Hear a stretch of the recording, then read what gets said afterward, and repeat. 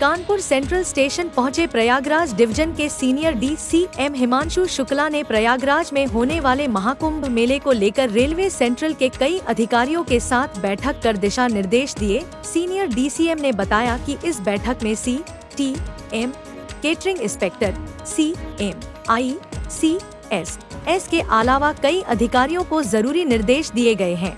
प्रयागराज मंडल में Kanpur central station भी division में आता है और यहाँ के अधिकारियों को जागरूक होना चाहिए कि महाकुंभ को लेकर किन किन बातों का ध्यान रखना है। इसको लेकर सभी को निर्देशित भी किया गया है और यहाँ से कई कर्मचारियों को ड्यूटी पर वहाँ लगाया जाएगा।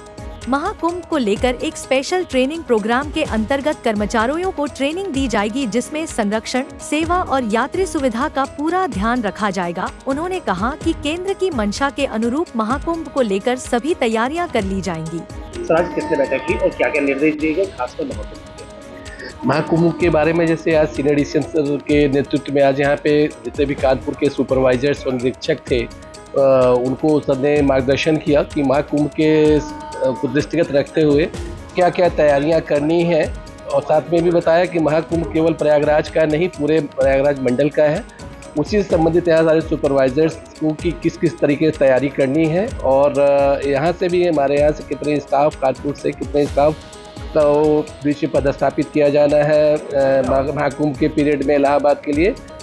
उनको उनका नाम, उनका पदनाम और मोबाइल संख्या सहित उनको मंडल कार्यालय भेजा जाना है और जब जाने के बाद बिफोर महाकुंभ उसको एक वहाँ से ट्रेनिंग भी दी जाए जिससे वहाँ के स्टेशनों के और वहाँ के वर्किंग के प्रति वो भली बात वो परिचित। आज की बैठक में कानपुर क्षेत्र के सारे CMIs, CITs, CGS, catering inspectors, SS, ACMs सब लोग शामिल हुए।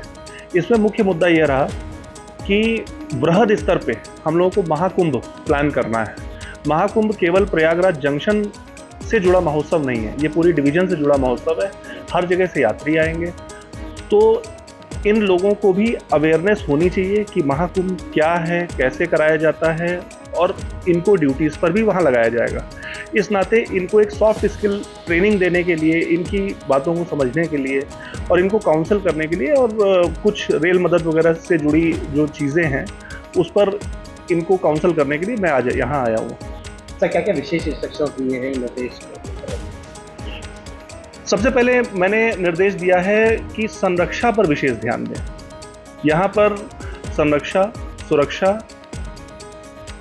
पंक्चुअलिटी, देन अर्निंग रेलवे की, इन 4 पिलर्स पर हम लोग फोकस करेंगे तो हमारी भारतीय रेल, हमारी प्रयागराज डिवीजन की आशातीत प्रगति होगी।